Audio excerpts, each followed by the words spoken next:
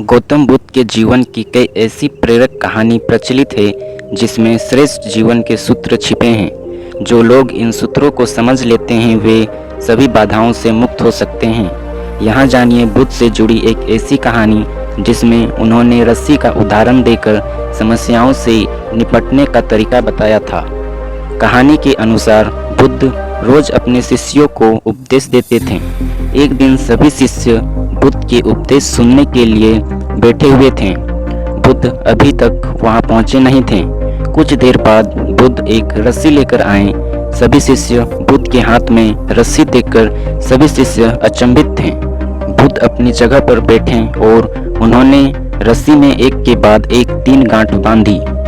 तथागत ने सभी शिष्यों से रस्सी की ओर इशारा करते हुए पूछा कि क्या ये वही रस्सी है जो 3 गांठ बांधने से पहले थी।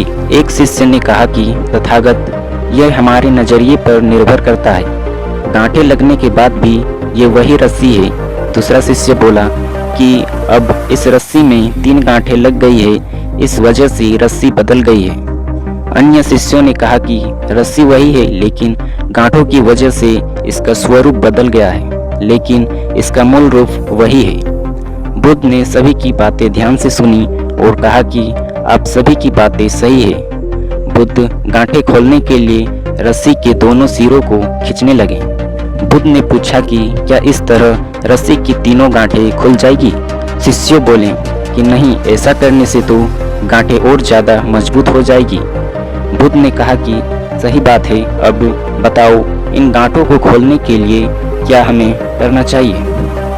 शिष्य बोले कि पहले हमें यह देखना होगा कि गांठें लगी कैसे हैं, गांठों का कैसे खोल सकते हैं। जब हमें यह समझ आ जाएगा कि गांठें लगी कैसे है तो इन्हें खोलना आसान हो जाएगा। बुद्ध शिष्यों की बात से खुश थे। उन्होंने कहा कि ठीक इसी तरह हमें समस्याओं के लिए भी सोचना चाहिए। परेशानियों का कारण जाने बिना उन्हें सुलझाने की कोशिश में बात और ज़्यादा बिगड़ सकती है।